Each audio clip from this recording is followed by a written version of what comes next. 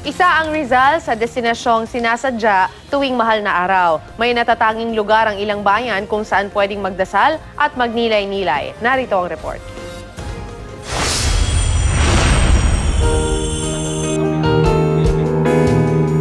Sa Barangay Libid sa Binangonan, Rizal, dinarayo ang kanilang kalbaryo. Ito ang bersyon nila ng Mount Calvary o Golgotha kung saan ipinako si Hesukristo. May mga daraan ng istasyon ng krus paakyat sa burol.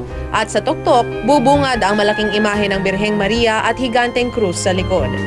Dito na nila tinatapos yung kanilang pagdidibusyon dito sa pinakataas ng cross na kung saan nagsisimbolize siya ng sakit, pahirap ng ating Panginoong Hesukristo.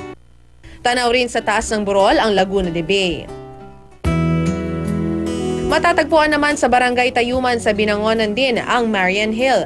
Meron doong hardin ng panalangin. Tahimik ang lugar, angkop sa mga nais manalangin ng taimtim. Maraming nakikita silang magagandang tanawin. Yung parang nakarating sila sa pag napunta sila dito, parang nakarating daw sila sa paraiso. Nakapalibot sa lugar ang mga naglalakihang rebulto na sumisimbolo sa mga tauhan sa Biblia, pati mga pinintahang bato na nagsasalarawan ng mga misteryo ng rosaryo.